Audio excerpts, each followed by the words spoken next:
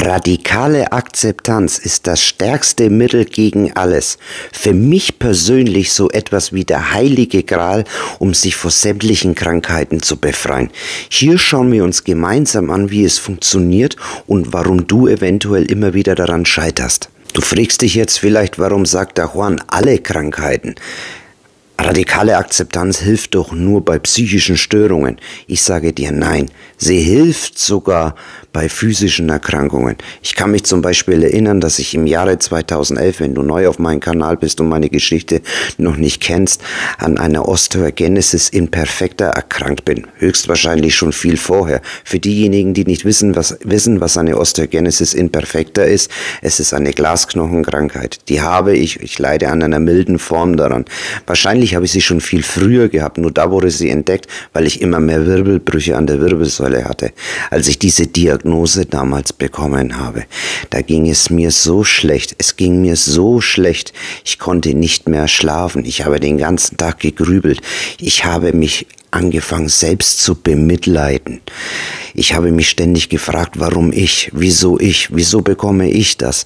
Und es war tatsächlich jahrelang so. Ich habe gelitten, ich habe furchtbar gelitten.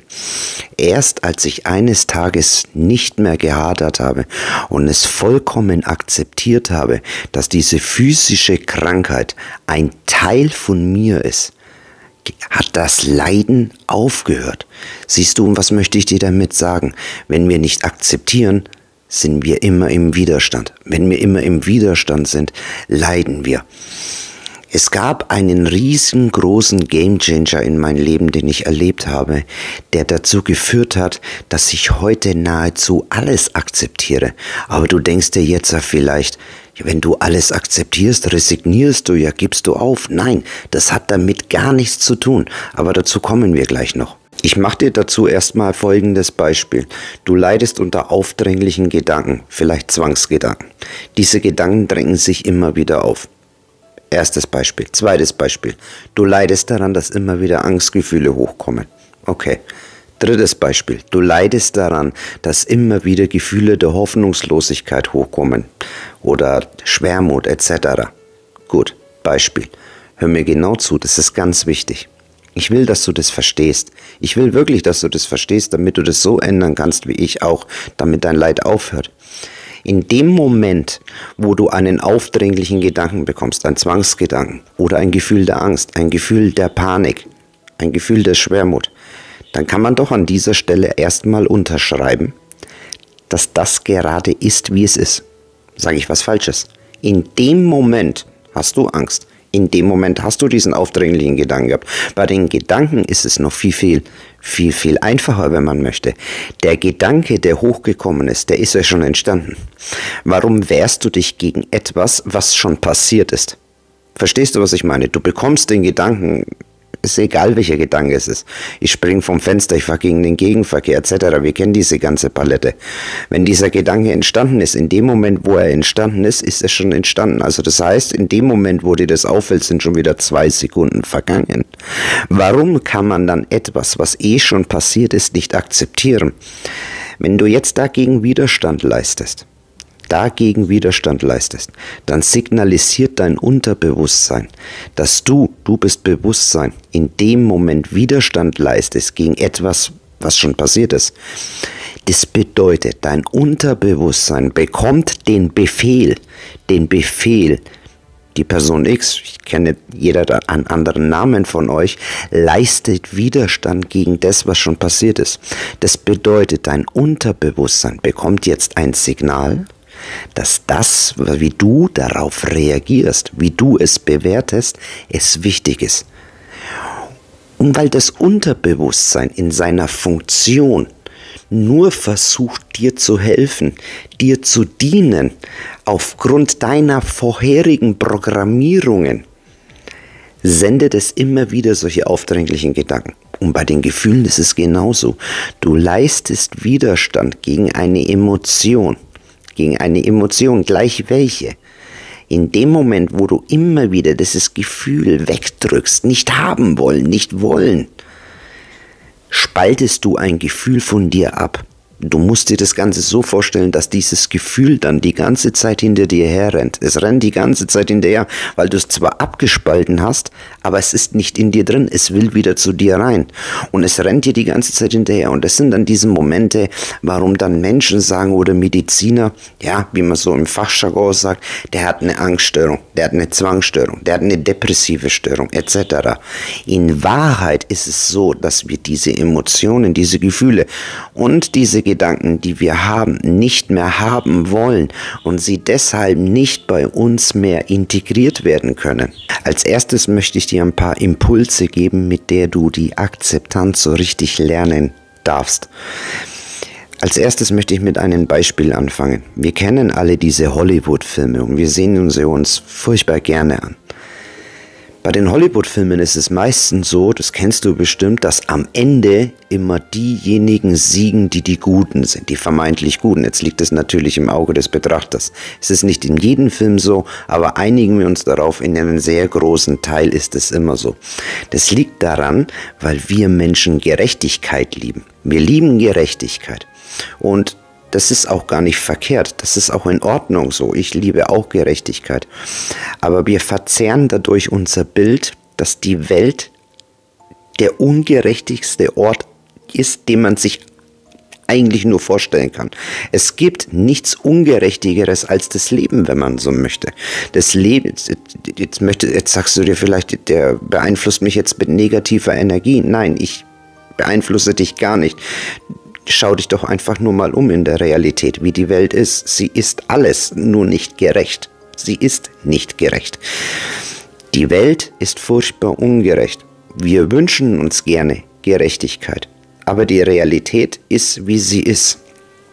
Wenn du verstehst, dass die Welt ungerecht ist und es akzeptierst, dass die Welt ungerecht ist, so kannst du im nächsten Schritt eines auf dich selber in deinem Leben übertragen, nämlich Folgendes. Hör mir genau zu.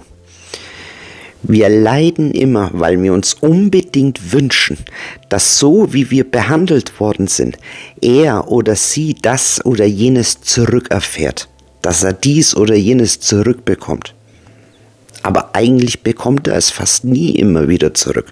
Und wenn er es zurückbekommt, dann freuen wir uns darüber. Aber im Endeffekt ist gar nichts passiert. Es ist nicht unsere Aufgabe, ob er oder sie das zurückbekommt oder die Gerechtigkeit an sich. Wichtig ist es, für dich selber zu wissen, für dich selber zu erfahren, dass es nicht in deiner Macht liegt, anderen etwas zu tun oder ihnen es zurückzugeben aus Rache oder es ihnen vom Karma zu wünschen etc. Wir dürfen akzeptieren, dass das Ungerechte im Leben sehr oft gewinnt. Und es ist okay, dass das Ungerechte im Leben gewinnt. Denn das ist nun mal das Leben. Das Leben ist so, dass die Ungerechtigkeit sehr oft gewinnt. Der nächste Impuls hat bei mir schon mal am Anfang sehr stark geholfen. Der nächste Impuls war, dass ich angefangen habe, mir bewusst zu machen, dass ich es nicht allen Menschen recht machen muss. Ich selber war darauf konditioniert, allen Menschen im Leben es immer recht zu machen, nur es war mir nicht bewusst. Und warum war das so? Ganz einfach, weil ich ein harmoniebedürftiger Mensch bin. Allermeisten Menschen sind harmoniebedürftig. Bei mir war das, glaube ich, ein bisschen sehr stark ausgeprägt. Und ich hatte immer dieses Bedürfnis nach Harmonie. Also habe ich immer versucht, den anderen das recht zu machen. Ich habe nicht Nein gesagt, war immer für sie öfters da und habe meine Bedürfnisse vernachlässigt etc. Und dadurch habe ich dann darunter stark gelitten. Ich habe mir bewusst gemacht, dass wenn Situationen gekommen sind, wo ich mich selber beobachtet habe, jetzt mache ich gerade etwas, was ich nicht machen will, aber ich mache es für ihn, damit ich ein gutes Feedback zurückbekomme, dass ich dieses Gefühl, das dabei entstanden ist, und hör mir genau zu, an das Verhalten gekoppelt, habe ich einfach mir in dem Moment bewusst gemacht und habe entgegengesetzt, meines Bedürfnisses gehandelt und gleichzeitig das Gefühl, diesen Impuls, ich mache es Ihnen jetzt recht, stehen gelassen. Dieses Gefühl gefühlt. Und wenn du das immer wieder wiederholst im Alltag, dann verändert sich dann dahinterliegend dieser Glaubenssatz, den anderen es immer recht machen zu wollen, damit ich dieses Bedürfnis bekomme. Es ist gar nicht notwendig. Du bekommst alles. Du bekommst alles von deinen Liebsten und Mitmenschen. Einfach so, ohne es ihnen immer recht zu machen. Denn diejenigen, die Interesse an dir haben, diejenigen, die dich lieben, diejenigen, die immer für dich da sein wollen, die sind für dich da, ohne ob du es ihnen recht machst oder nicht. Das heißt auch wieder nicht, dass du es ihnen nicht recht machen sollst, wenn du es möchtest. Nur wenn du es eben nicht willst, brauchst du es nicht zu tun. Und jetzt sage ich dir, warum die Akzeptanz bei dir immer und immer wieder nicht funktioniert, anhand eines Beispieles von einem Klienten von mir in meinem letzten Coaching. Er leidet sehr, sehr stark unter einer Agoraphobie. Eine Agoraphobie ist meistens davon gekennzeichnet, wenn man weiter weggeht von seinem geliebten Ort, zum Beispiel von zu Hause, dass dort eine Angst, eine starke Panikattacke auftauchen könnte und in dem Moment könnte man nicht flüchten oder die Schwierigkeiten werden immer sehr, sehr stark, um dann schnellstmöglichst den Ort wieder zu verlassen. Bei ihm ist es sehr, sehr stark ausgeprägt beim Autofahren. Ich bat ihn dazu, auf die Autobahn zu fahren und sich dieser Angst zu stellen in Form der Akzeptanz. Er sagte zu mir, ich würde das gerne tun, ich mache das. Das Problem ist nur, meine Gedanken, die rasen gerade. Ich bat ihn, mir mitzuteilen, welche Gedanken denn er hatte. Und er sagte, das sind ganz komische, verrückte Gedanken. Ich schäme mich, sie auszusprechen. Ich sagte, sprech sie doch aus, sag sie mir doch. Er sagt, ich habe das Gefühl, ich reiß dann die Tür auf, ich springe raus, ich führe mich auf wie ein Affe, ich drehe durch, ich verliere den Verstand, ich reiße mir die Haare raus. Und wenn ich das tue, dann wird das Gefühl so stark, das mache ich nicht, das kann ich nicht akzeptieren. Und viele Menschen gehen jetzt her und sagen sich, wenn ich das akzeptiere, dann besteht doch die Gefahr, wenn ich das zulasse, dass ich dann wie ein Affe herumspringe, dass ich dann die Tür rausreiße. Und genau das ist das Problem. Genau das ist das Problem. Ich sag's dir. Du bist darauf so identifiziert, dass dein Verstand, der dir diese Gedanken schickt, irgendetwas mit der Realität zu tun hat. Du bist damit so identifiziert, du hast dazu keinen Abstand. Du glaubst diesen Müll, was dein Verstand dir nach oben schickt. Stell dir einmal vor, du hättest dieses Gefühl nicht und hättest die Gedanken. Dann hättest du automatisch einen Abstand zu diesen Gedanken. Das Gefühl ist aber da und die Gedanken gleichzeitig. In dem Moment verschmelzt du mit dem Gefühl und der Gedanken. Und die Gedanken sind auf einmal real. Und weil du das in dem Moment nicht identifizierst und im zweiten Schritt nicht neugierig genug bist, um herauszufinden, was passiert, wenn ich es zulasse, funktioniert deine Akzeptanz nicht. Du gehst dann meistens dann so hervor und sagst, ich akzeptiere das jetzt in der Hoffnung, dass es jetzt nur 1, 2 oder 3 Minuten dauert und dann hören wieder diese inneren Ereignisse von Gedanken und Gefühlen auf. Und das erzählt dir höchstwahrscheinlich dein Psychiater eben nicht. Er verschreibt dir stattdessen wahrscheinlich lieber ein Medikament. Denn das Medikament, das unterdrückt das. Die Gefühle werden nicht mehr so stark. Da braucht man keine Akzeptanz mehr dafür. Das ist mir schon klar. Aber das ist der wahre Grund, weil du diese zwei Dinge, diese Neugier, um zu schauen, wenn ich alles zulasse, springe ich dann wie ein Affe rum, steche ich dann zu, mache ich dann dies, springe ich dann rum, mache ich dies oder jenes, um zu erfahren, was im nächsten Schritt passiert, nicht zulässt, weil du das, was dein Verstand dir schickt, glaubst, darum scheiterst du leider. Du darfst also stattdessen eine Sache verstehen und die hat mir so sehr geholfen. Deine eigenen Emotionen, deine eigenen Gefühle sind immer ohne eine einzige Ausnahme. Wirklich, es gibt keine Ausnahme.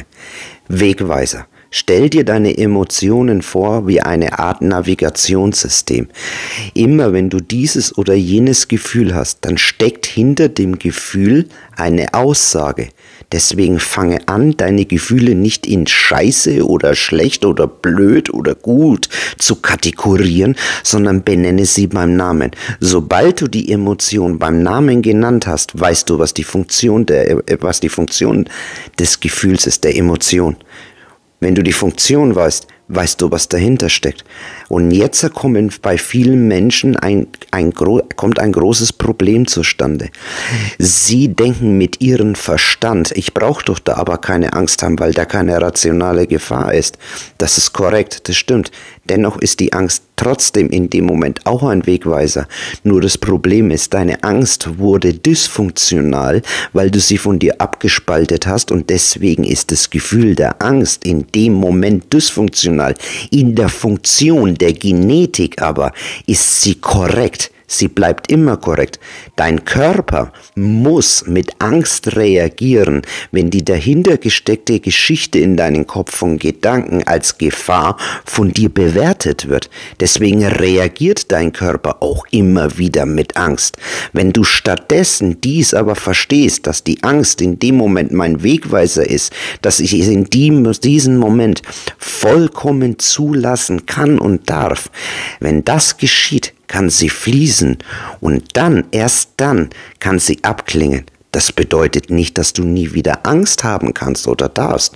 Nur das Dysfunktionale, was dich daran so stört, an dieser oder jener Situation, dieses Gefühl nicht haben zu dürfen, das klingt dann in dem Moment ab. Mein persönlicher Gamechanger bei der Akzeptanz war eine folgende Situation, die dazu geführt hat, dass sich mein komplettes Mindset komplett verändert hat.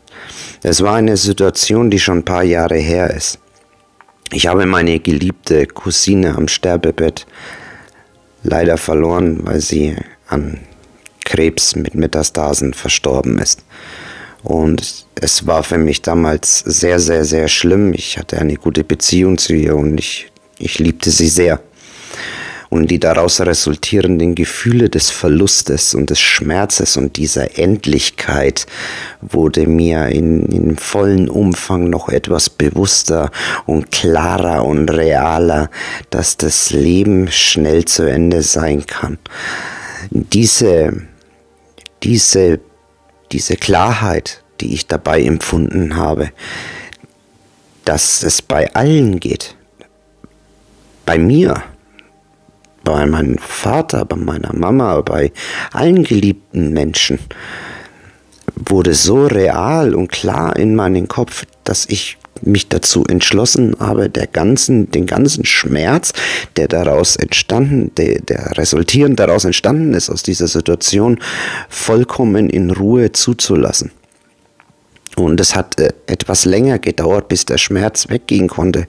Und das war in dem Moment eine Erfahrung für mich, wo ich gemerkt habe, du bist ja gar nicht derjenige, Juan, der darüber entscheidet, wann der Schmerz weggeht, sondern der Schmerz ist in mir und ich habe keine Entscheidung, wann er geht, sondern der Schmerz entscheidet in sich autonom alleine, wann er weggeht, wenn ich ihn zulasse. Und genau das ist mit dieser Haltung und mit dieser Akzeptanz durch diesen Vorgang, in den ich da durchgegangen bin, passiert.